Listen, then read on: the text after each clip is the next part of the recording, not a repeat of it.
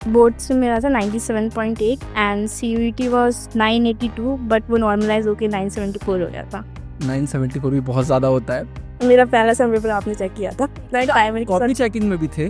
आपसे बात करके ना वाला वाइब आ रहा है कि हो जाता है यार, इतना स्ट्रेस बात सही है। मेरे भाई की शादी थी हाँ। क्या यार शादी आ गई, कोई नहीं अटेंड कर लेते हैं। मैंने 4-5 दिन नहीं करी थी पढ़ाई। अब एक तो आप लोगों से मैं अभी मीटअप में मिल के आया हूँ, तो मुझे तो और अच्छा लग रहा है इंटरव्यू लेने में। ऐसा लग रहा है कि अभी तो मिल के आए हैं हम, अभी तो मिल के आया है, फिर से मिल रहे हैं। फिर से मिल रहे हैं, अच्छा लग रहा है। आज हमारे साथ है पलक ने बोर्ड एग्जाम में स्कोर करे थे 97.8% और CUT में इनका नॉर्मलाइज्ड स्कोर था 974।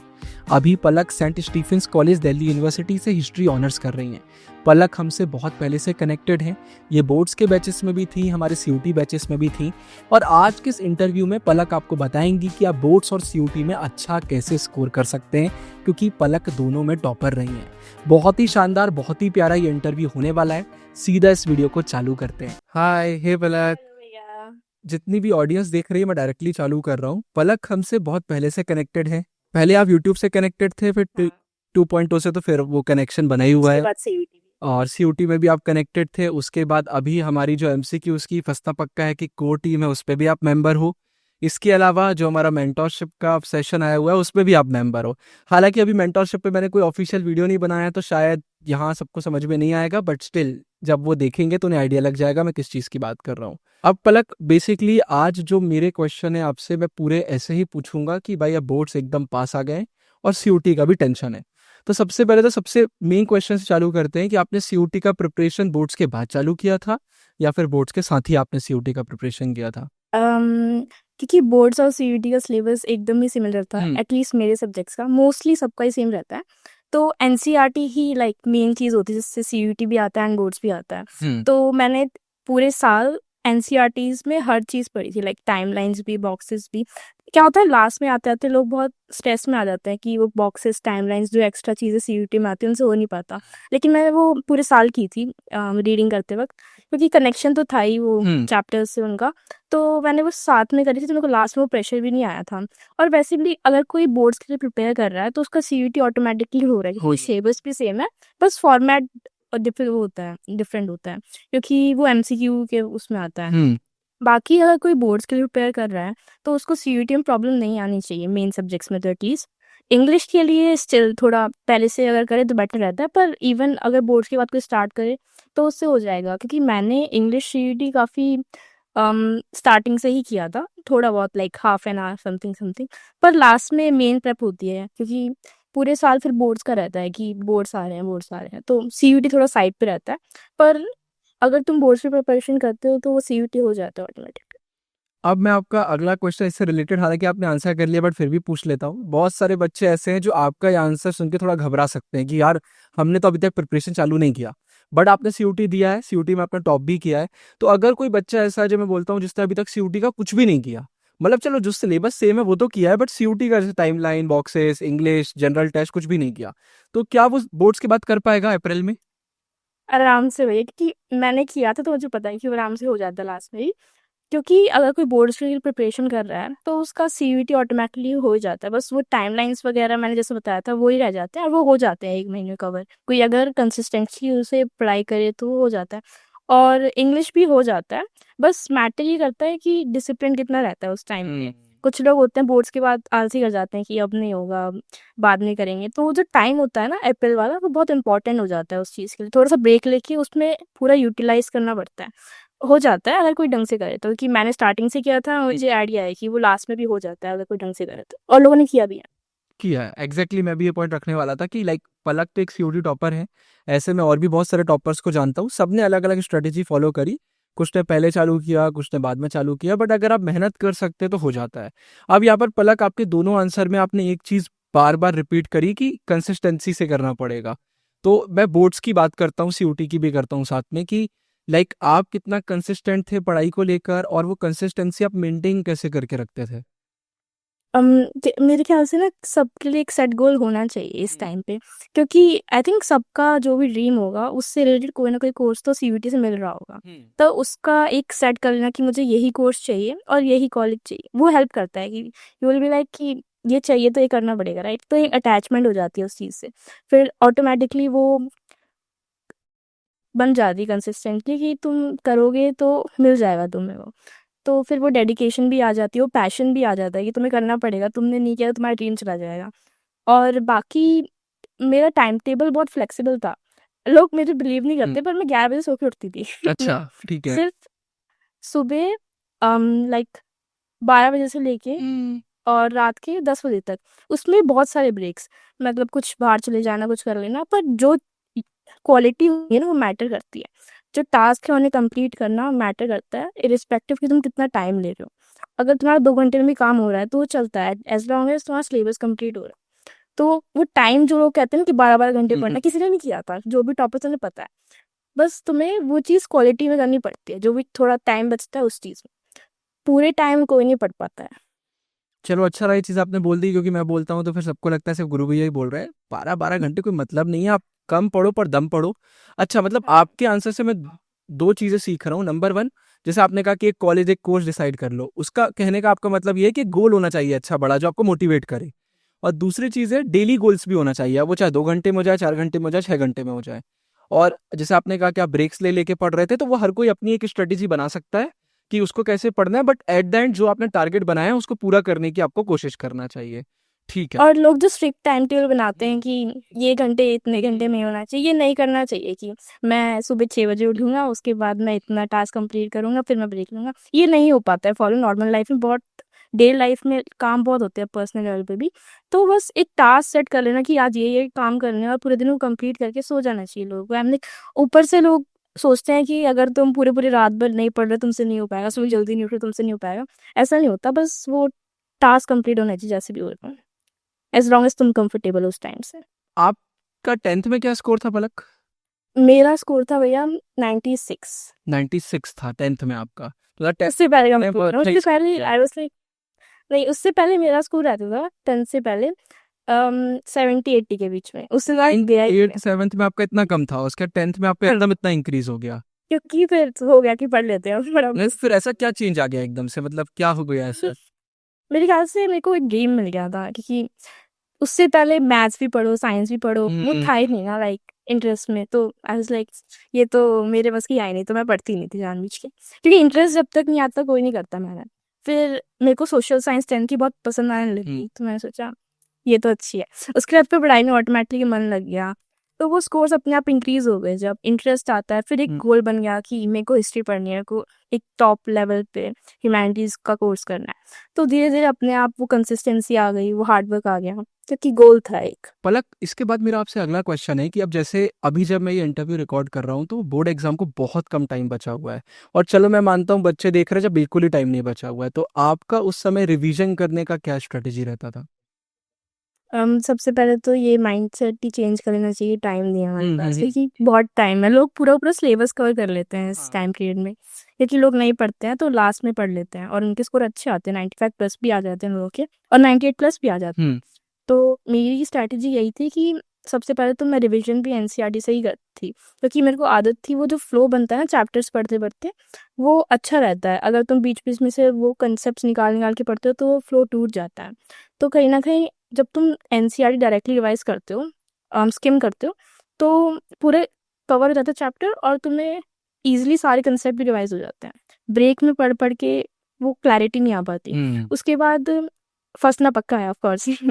चैप्टर्स को पढ़ने के बाद फंसना पक्का है तो बहुत इंपॉर्टेंट है, और क्योंकि उसमें प्रीवियस ईयर क्वेश्चंस भी होते हैं तो वो सारे कवर हो जाते हैं, तो ज़रूरत ही नहीं पड़ती थी कि सैम्पल पेपर्स खोलो, प्रीवियस ईयर क्वेश्चन पेपर खोलो। ये फंसना पक्का है में सब होता था। तो एनसीईआरटी से रिवीजन, फिर फंसना पक्का है, और लास्ट में मैंने 1 या 2 सैम्पल पेपर करे थे हर सब्जेक्ट के। अच्छा, सैंपल पेपर की बात कर ही लेते हैं। लाइक आपकी क्या अप्रोच थी सैंपल पेपर को लेकर? टाइमर लगा के आपने किए थे या फिर आपने सिर्फ रीड किए थे, क्या किया था आपने? मेरा पहला सैम्पल पेपर आपने चेक किया था। मैं टाइमर के कॉपी साथ, चेकिंग में भी थे? हाँ, मैं भूल गया। चेक किया था। तो मैंने ही चेक करके भेजा होगा आपको। ठीक है, कॉपी के कितना साथ स्कोर किया था आपने पहले पेपर में? मेरा था 9, मेरे 100 थे, पर आपने वो राइटिंग करा हुआ था, 1 मार्क्स काट रहा है। अच्छा ठीक है, मैं कोशिश करूंगा अगर वेबसाइट टीम से हमें पुरानी आपकी आंसर शीट मिल पाए तो फिर मैं अटैच करूंगा फिर डिस्क्रिप्शन। पढ़ नहीं पाएगा उससे। मैं पर लोगों को आइडिया तो लगना चाहिए ना आपने क्या आंसर हाँ, लिखा था। मैं बिल्कुल भूल गया था कि मैंने आपकी कॉपी चेक करी है। मुझे बस याद था कि आप बैच में थे और सीयूटी में थे। सबसे पहले आपने मेरी चेक करी थी, उसके बाद मैं बैच में भी थी, 2.0 सीटी वगैरह में था उससे। हाँ, सैम्पल पेपर मैंने टाइमर के साथ करे थे। 3 आवर्स का टाइमर और रीडिंग टाइम भी, क्योंकि वो भी ज़रूरी होता है। और सैम्पल प्रिपेयर करते वक्त टाइम नोट करते जाना कि इस इतने टाइम में ये सेक्शन हो रहा है, और फिर जो लास्ट में सेक्शन में सबसे ज़्यादा टाइम लग रहा है उसमें ट्राई करो कि कोई एक ऐसी स्ट्रैटेजी जिससे वो कम हो जाए टाइम, क्योंकि एटलीस्ट इंग्लिश पेपर में तो बहुत ज़रूरी था। मेरे इंग्लिश में बहुत कम मार्क्स आते थे इस चीज़ की वजह से, क्योंकि ना टाइम मैनेजमेंट हो पाता था और ना ढंग से अटैम्प्ट हो पाते थे questions. So I was like कि ओके, अब थोड़ा टाइम करके एंड देन स्पीड बढ़ानी पड़ेगी कि इस सेक्शन में इतना टाइम लग रहा है, तो मे बी इस सेक्शन में कहीं प्रॉब्लम आ रही है। तो टाइमर तो बहुत ज़रूरी होता है सैम्पल करते वक्त। और प्रेजेंटेशन भी सैम्पल पेपर करते वक्त करनी चाहिए कि ऐसे ही पेपर जाएगा तो ऐसे ही प्रैक्टिस करना है, सेम इन्वायरमेंट, सेम कंडीशन और सेम तरीका जो होता है वो करना चाहिए सैम्पल पेपर करते वक्त। अगर मैंने आपको 79 दिए थे तो मतलब आपने बहुत अच्छे आंसर लिखे होंगे, क्योंकि मैं मार्क्स नहीं दे रहा था स्टार्टिंग में। जैसे अभी भी जैसे हम कॉपी चेक करते हैं, अब तो चलो वो इनिशिएटिव बंद हो गया है, तो उसमें पहला जो पेपर आता है उसमें हम इतने मार्क्स काटते हैं जैसे बच्चे को पूरी गलती पता चल जाए। बट अगर उसमें आपको 79 मिले थे तो डेफिनेटली आपका आंसर फिर अच्छे होंगे, मुझे देखना पड़ेगा एक बार।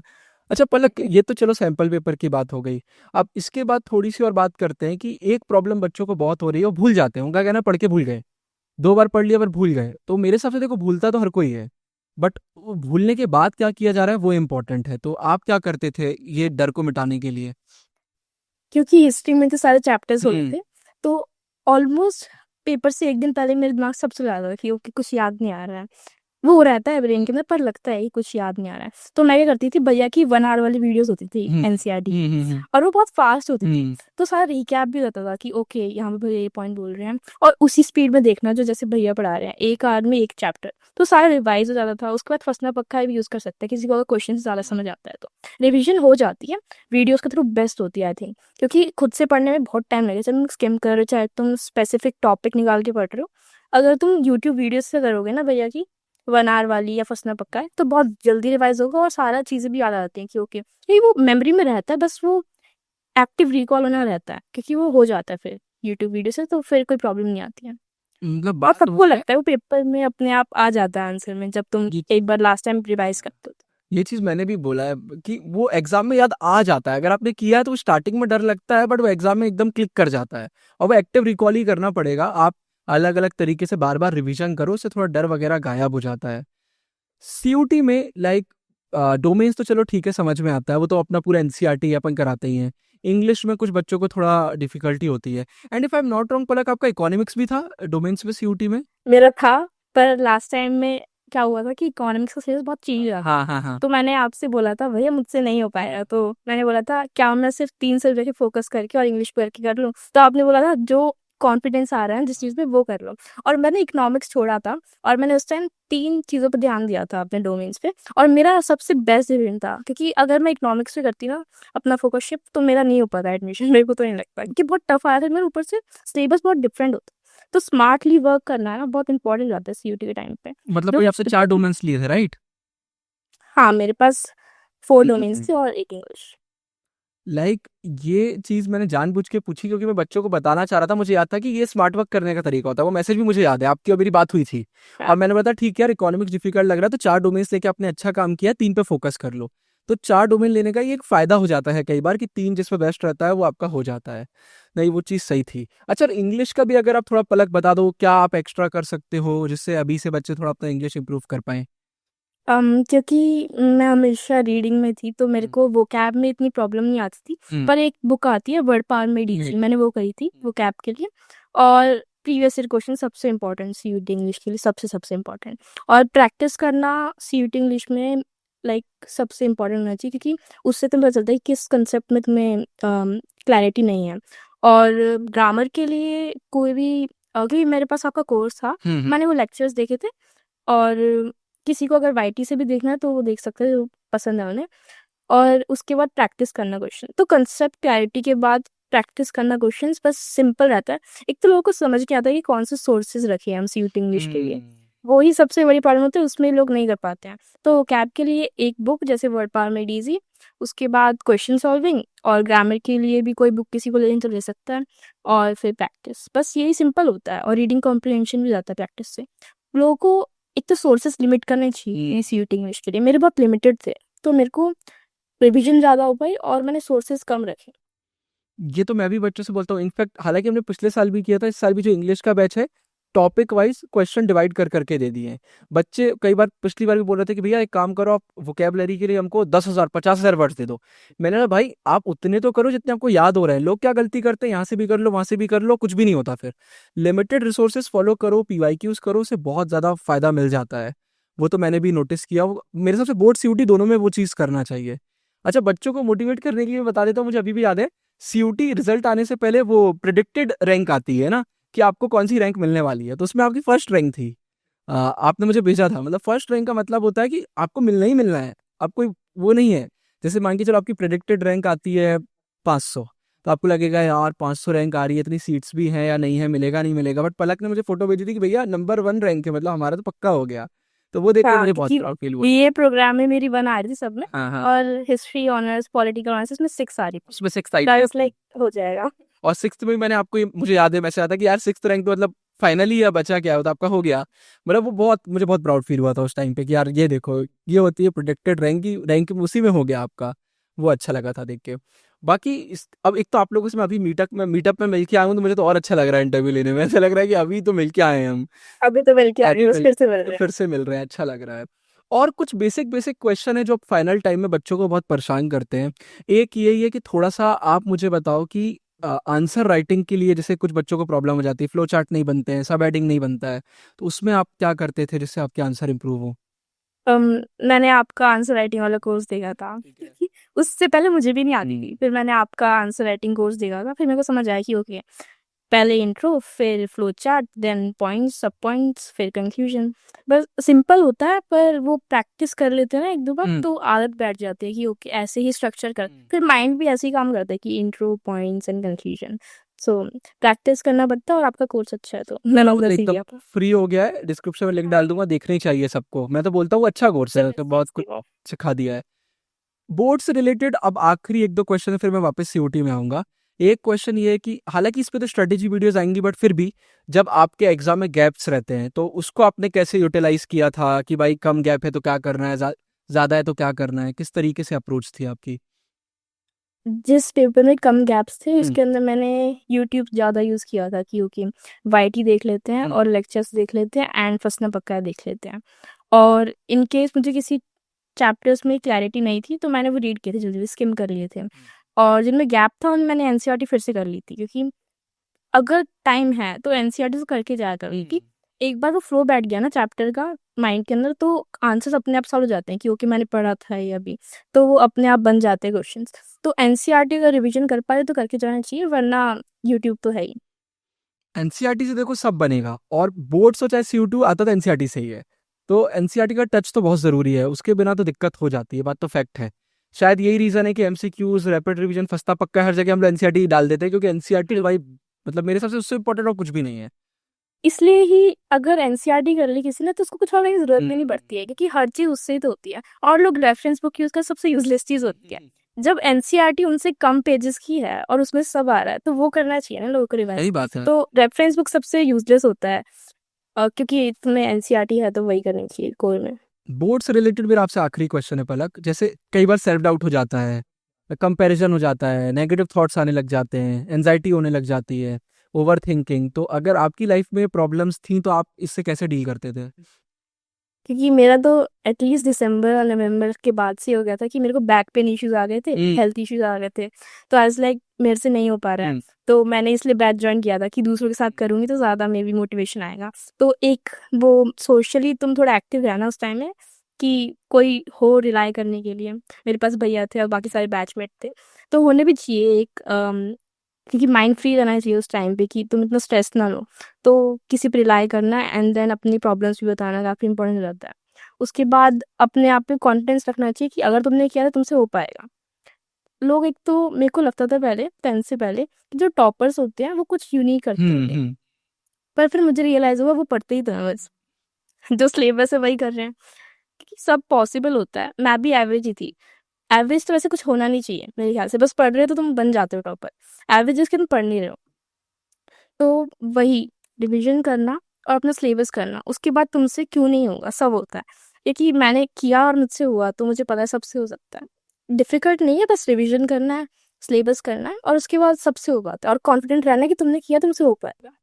सही बात है। अभी रिसेंट में इतनी प्यारी लाइंस मैंने पढ़ी कि एवरेज का मतलब क्या होता है कि आप ज्यादातर लोगों को जैसे हो, तो आप मतलब नॉर्मल हो, ज्यादातर लोग जैसे हैं, बस आपको थोड़ा सा तो जम मारना है तो आप और बेटर हो जाओगे।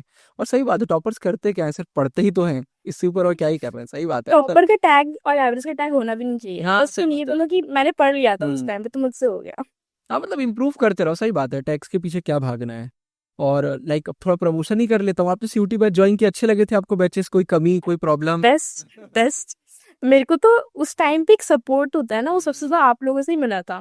एजुकेटर्स हो गए, आप हो गए, आयुषी सर के लेक्चर्स अभी तक याद है कि वो इतने ज्यादा मोटिवेटिंग होते थे, और दीदी की Kameng voice, I am like हो जाएगा, दीदी बोले तो हो जाएगा।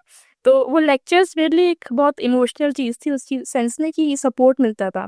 तो आई एम लाइक अब तो कोर मेमोरी हो चुकी है वो लेक्चर्स। प्रीमियम ग्रुप्स में भी मुझे याद है कितने हम मस्ती मजाक करते रहते थे, सब कुछ रात वाले मजाक। रात में मस्ती मजाक चलता रहता था। एक मेरे सबसे अच्छा माहौल बन जाता है, मजा आता है फिर हाँ। सीयूटी में। अब चलो ये तो मैं दो एग्जांपल ले लेता हूँ। एक है कुछ बच्चे जो बैचेस से पढ़ाई कर रहे हैं, फिर कुछ बच्चे जिन्हें खुद से पढ़ाई करी, लेकिन इसके बाद भी तो टाइम बचता है ना। तो उस टाइम में आप क्या करते थे? जो भी दिन भर पढ़ा उसको फिर से रिकैप करते थे, क्या करते थे? क्योंकि मैंने बोर्ड्स में कर लिया था और सब लोग करेंगे ही बोर्ड्स में, तो सीयूटी के लिए बस रिवीजन करनी होती है। तो चैप्टर वाइज एटलीस्ट दिन में 2 सब्जेक्ट्स, उससे ज़्यादा नहीं करनी चाहिए मेरे ख्याल से। लिमिटेड करो पर अच्छे से करो। तो रिवीजन करना चैप्टर बाय चैप्टर, मैंने यही किया था। और सीयूटी इंग्लिश स्लॉट में रखना अपने, उसके लिए फिक्स टाइम होना चाहिए कि तुमने कवर नहीं किया था वो उसमें इतना, तो उसके लिए ज़्यादा टाइम, और डोमेन्स के लिए रिवीजन के लिए थोड़ा कम टाइम। 2 सब्जेक्ट्स पर डे मैंने किए थे और चैप्टर वाइज किए थे, और हो जाता है क्योंकि बस रिवीजन करना होता है। बस सीयूटी इंग्लिश में ज़्यादा फोकस किया था उस टाइम पे। और डेटा, जैसे डेट्स बहुत आ जाती है सीयूटी में, तो देखो डेट्स डेटा की तो कोई कमी नहीं है, और वो कितना भी कर लो थोड़ा दिमाग से निकलने लग जाता है। तो उसके लिए फिर क्या किया आपने? सबसे पहले तो आपके लेक्चर्स देख लिए, उसके बाद खुद से रीडिंग कर ली चैप्टर्स की। और जब रीडिंग फ्लो के साथ करते हो ना तो लिंक हो जाता है कि सिर्फ डेट्स इसलिए है क्योंकि उससे पहले कुछ हुआ था, उनका कॉज इफेक्ट है।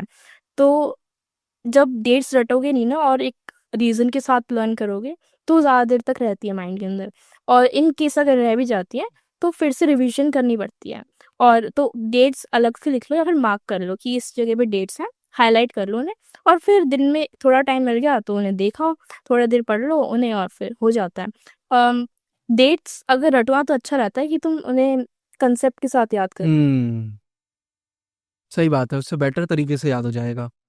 आपसे बात करके ना वाला वाइब आ रहा है कि हो जाता है यार, इतना स्ट्रेस वाली बात नहीं है। क्योंकि मेरे से नहीं होता था नाइन्थ 10th से पहले, तो मेरे को पता है कि अगर मैंने किया तो सबसे हो जाएगा।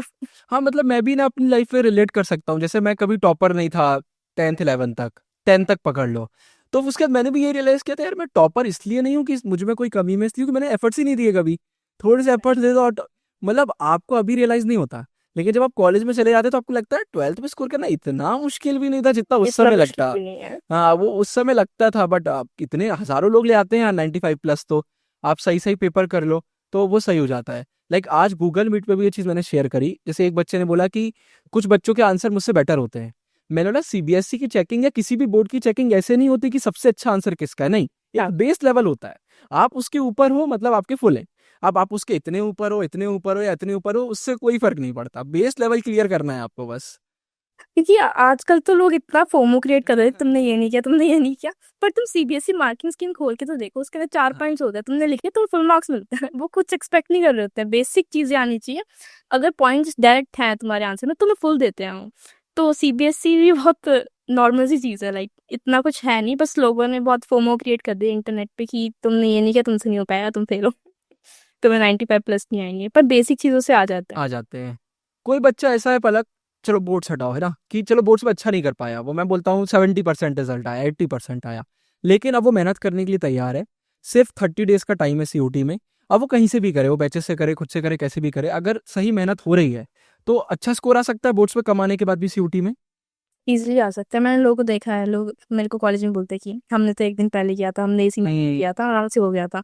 तो एनसीईआरटी, एक तो लोग राइट सोर्सेज से नहीं करते हैं ना, उससे प्रॉब्लम आती है सबसे ज़्यादा मेरे ख्याल से। क्योंकि मैंने पूरा 1 साल इसमें निकाल दिया कि किधर से करूँ किधर से करूँ। इसलिए मैं बोलती हूँ कि मैंने 1 साल वेस्ट किया है, पर लोग कर सकते हैं 1 महीने में भी, 2 महीने में भी। तो एनसीईआरटी करना सबसे बेसिक चीज़ है। अगर वो कर लिया तो आई थिंक सीयूई में 2 में से फुल आ सकते हैं, ईज़िली फुल आएँगे। बस एनसीईआरटी को रिवाइज़ करो कंटिन्यूअसली और तुम्हारे डोमेन्स तो कवर हो जाएँगे इससे। उसके बाद इंग्लिश की बात यही है कि ग्रामर, बेसिक ग्रामर के लेक्चर्स देखना और वोकैब के लिए रूट वर्ड्स याद करना, क्योंकि इतनी सारी वोकैब हो नहीं पाते हैं, सही बात तो है। लोग हमेशा रूट वर्ड्स करते हैं। मैंने भी किए थे, आपके बैच में हाँ, पीडीएफ रूट थी ना वर्ड्स की रूट वीडियो वर्ड्स डाली की, थी मैंने। उससे ही होते थे और बुक भी थी वर्ड पावर मेमोरीज मेरे पास, उधर भी रूट वर्ड्स थे। तो रूट वर्ड्स उस टाइम में बहुत अच्छे काम आते हैं और ऑल्सो सीयूटी इंग्लिश में प्रीवियस ईयर क्वेश्चंस रिपीट होते हैं वोकैब वाले। तो जैसी वोकैब पहले आ रही होती है वही रिपीट होती रहती है, तो उससे आइडिया लग जाता है कि ओके इस टाइप की वोकैब आ रही है तो यही आएगी आगे भी। इनफैक्ट मुझे तो लगता है, अब मैंने काउंट तो नहीं किया, लेकिन पॉलिटिकल साइंस के बैच से 50-60 स्टूडेंट्स को तो मैं ही जानता हूँ जिनके 250 में से 250 हैं। और उन सब से जब मैंने बात करी तो उनका कह रहा था भैया इतना इजी पेपर आया, मतलब इजी उनको इसलिए लग रहा था क्योंकि उन्होंने एनसीईआरटी अच्छे से करी हुई थी। प्रिपेयर किया था। भाई कितना भी डिफिकल्ट पेपर है, कितना आएगा, आएगा तो एनसीईआरटी Theory से ही आएगा। तो मतलब कितना डिफिकल्ट आएगा, एक लेवल हो सकता है। और टू बी ऑनेस्ट, अगर इंग्लिश की भी बात करते हैं, इंग्लिश में ग्रामर है बस। आपको अगर थोड़ा सा अपना ग्रामर स्ट्रॉन्ग कर लेते हो, पिछली बार तो कुछ सेट्स में वोकैब के ऐसे ऐसे क्वेश्चन आए थे कि मतलब सभी कर लेगा, तो वो थोड़ा सा चलो ये भी पूछ जाते हैं कि अगर तुम्हें नहीं आता वो दूसरे लोगों को दूसरों को आता हो, नॉर्मलाइजेशन हो जाता है। जैसे पहले मैं अगर बात करूं आपके पिछले वाले सेशन की, तो उसमें कम से कम मैं खुद ऐसे 40-50 लोगों को जानता हूं जिनके 800 में से 800 है। हाँ, बट इस सेशन में कोई ऐसा नहीं इस है, टाइम नहीं आते। क्योंकि भाई आप उन्हें बदल दिया ना पैटर्न, तो अब आपको फुल एम भी नहीं करना है।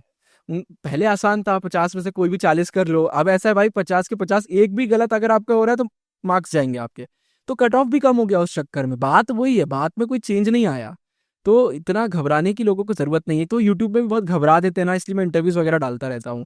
वही लाइक जब आप हमारे प्रीमियम ग्रुप पे भी मेंटोरशिप उसमें हो, जब से मैंने किम, यश और इन सबके इंटरव्यू डालना चालू करे, एक ही मैसेज आता था, पलक दीदी का नहीं डाल रहे आप, पलक दीदी हमको आंसर राइटिंग सबसे मदद करती।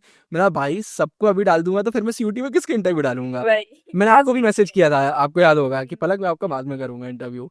नहीं बट अच्छा लगा। पलक आखिरी क्वेश्चन है मेरा आपसे, लाइक अगर आप कुछ, मैंने तो बहुत कुछ पूछ लिया, लेकिन कुछ आपके दिमाग में भी होगा जो अगर आप शेयर करना चाहते हो और बच्चों को थोड़ा मोटिवेट करना चाहते हो तो प्लीज। यही कि लास्ट में अगर कुछ नहीं भी हुआ है ना तो ये मत सोचना कि अब नहीं हो पाएगा, कि एटलीस्ट मैंने नवंबर दिसंबर में ऑलमोस्ट कुछ नहीं किया था क्योंकि मेरी हेल्थ नहीं खराब हो गई थी, मन ही नहीं करता था कि ओके, और आई वाज लाइक कि अब गिव अप कर देते हैं, नहीं हो पाया कोई नहीं बाद में देखेंगे। बट फिर जैन में मेरे को लगा कि अभी भी टाइम है मेरे पास, मैं कवर अप कर सकती हूँ, मैंने किया है पहले, अभी भी कर सकती हूँ। तो एक सपोर्ट सिस्टम था कि मेरे पास ठीक है, मेरे को मेरे पेरेंट्स बोल रहे हैं, मेरे एजुकेटर्स बोल रहे हैं कि तुम कर सकते, तुम भी कर सकते हो, राइट। तो उस टाइम बस ये होना कि अगर तुम पढ़ रहे हो तो मार्क्स आएंगे, कैसे नहीं आएंगे, यही तो करता है टॉपर हर कोई कि वो पढ़ते हैं। तो अपने सोर्सेस को फॉलो करना, एनसीईआरटीज़ पढ़ते जाना, और अगर उनको पढ़ लिया तो फिर मार्क्स आना तो बहुत कॉमन चीज़ हो जाती है कि आएंगे ही अगर तुमने एनसीईआरटी करी है तो लास्ट पॉइंट पे गिव अप मत कर देना कि कुछ नहीं हो पा रहा, और कॉन्फिडेंट रखना अपने आप को कि ओके मैंने पढ़ा है तो मेरे मार्क्स आएंगे, क्योंकि मैंने किया है तो मेरे को पता है कि तुम्हारे भी आ सकता है अगर तुम पढ़ोगे तो। सबसे बेस्ट लाइन मुझे यही लगती है कि मैंने किया तो आप भी कर सकते हैं, क्योंकि वो एक अलग खुशी रहती है कि भाई हमने भी स्ट्रगल किया बट हमने कर लिया तो आप भी कर लोगे। पलक, बहुत अच्छा लगा आपसे बात करके, हम तो कनेक्टेड रहते हैं, मुझे तो कुछ भी नया सा नहीं लग रहा। थैंक यू सो मच आज ज्वाइन करने के लिए, इतने सारे बच्चों को इंस्पायर करने के लिए। आई होप आज का इंटरव्यू देख के कुछ बच्चों को वापस से जोश आएगा कि भाई लेट नहीं है, वो अभी भी कर सकते हैं, और हो सकता है फिर वो कॉलेज में मिले आपको। स्टीफेंस में थैंक यू बोले के लिए कि आपको तो मैंने इंटरव्यू में देखा था, आपने मदद करी, so thank you so much. मैं तो वेट कर रही हूँ कब मेरे जूनियर्स आएंगे, आई विल लाइक ये मेरे जूनियर्स थे। बिल्कुल बिल्कुल, बहुत जल्दी, super soon. Thank you so much आज ज्वाइन करने के लिए। थैंक यू भैया, थैंक यू भैया।